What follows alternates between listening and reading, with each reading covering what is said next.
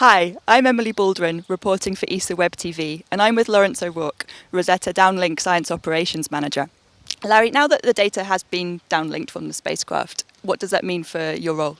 Well, now that operations is finished and the teams really are focusing on the science that's within the data, well, my role is to try to get that science in the archive in a format which can be used for generations to come. And what does that mean? Well, it means getting the data in a calibrated form with the best calibration existing, using laboratory data, checking the consistency with what they're measuring on ground, with what they're measuring in the lab or against what was measured on the Comet.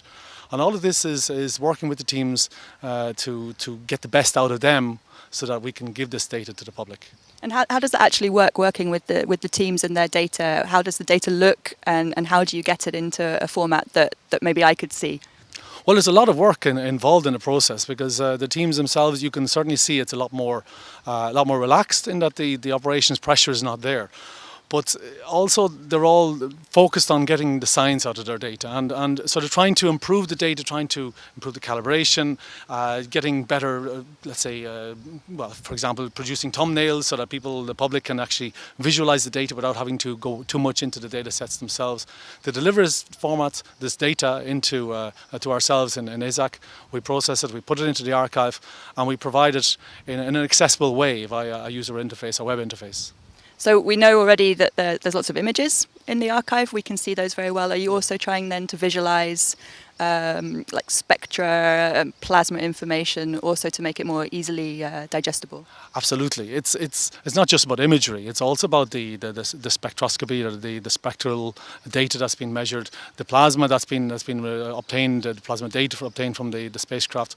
All of this data you want to give, let's say, a first image view of what's there, so that those who are interested can then delve into the data more and try to see what's been missed. Because I can tell you this, there's a lot of science in this data that hasn't been seen before.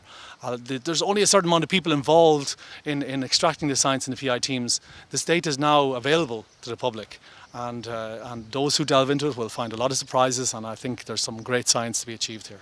Yeah, so now that the data is there, we can really get stuck into the science. Absolutely. We spend a lot of time trying to enhance the data, producing what's called higher level products. What does that mean? It means that instead of just getting a spectra, effectively what you're doing is you're trying to analyze, you've already analysed the spectra to say, well, it belongs to these different types of molecules. But that's just for spectra. But similarly for the imagery, you're trying to do geometrical analysis, trying to say, well, where are you exactly when you look at this on the Comet, when you look at this data, removing stray light. All of this is ways of improving the data so that those who access it don't have to deal with removing these effects. They already can see the science staring at them. Well, we can certainly see how important it is to archive data to preserve the legacy of a mission. So much so, actually, that you already work on archives for future missions that haven't even launched. Why is it important to start building those archives now? Well, I think the key that we're seeing with Rosetta, which was such a long-term mission, is that if you begin early and you'd find the formats early, and the software that's written by the teams, if you can write that software as soon as possible, it makes it a lot easier then when they start to get the real data from their instruments from space. It's produced already in the format, it goes straight into the archive and directly out to the public. And this I think is the key. You want to reduce the turnaround time from when the data is produced by the instrument to when it gets out publicly. Thank you, Larry. It certainly sounds like there's still busy times ahead. I'm Emily Baldwin. Thanks for watching ESA Web TV.